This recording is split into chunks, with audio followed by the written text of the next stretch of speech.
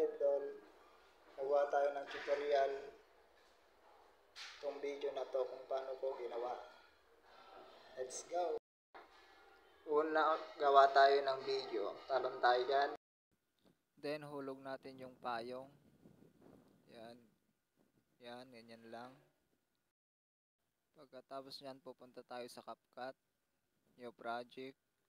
Tapos yung video kanina, select natin. Pagkatapos na add, punta tayo dyan sa saktong tumalon siya tapos di ka makita. Split.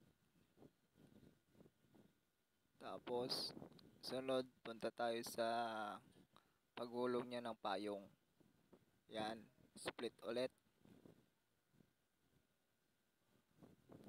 Then, click lang yung isa tapos delete. Tapos, export natin yan, kaibigan.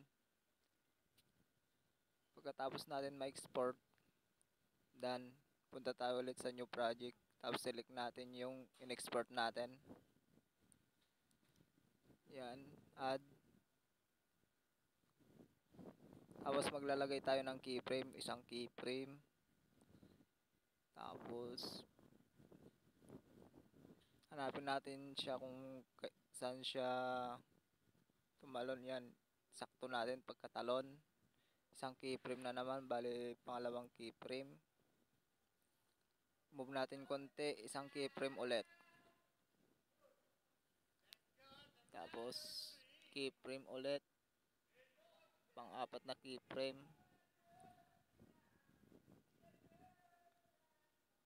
Tapos, sa dulo, isa pa. Isang keyframe ulit.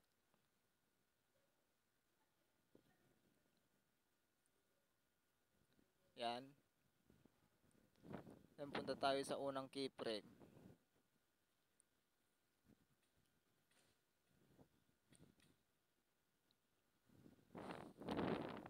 Punta tayo sa unang keyframe. Tapos, focus tayo sa video. Zoom natin. Zoom. Pagkatapos, may zoom yung unang keyframe. Punta tayo sa sunod na keyframe. Zoom ulit. Tapos, pangatlong keyframe. Ganun pa rin. Zoom lagi. Tapos, yung pang-apat, kahit hindi na rin yan. Tapos, dito, delete natin yung hindi na pwede yung ganyan. Bali, ganyan lang, guys. Tapos, subukan natin kung gumana. Yun.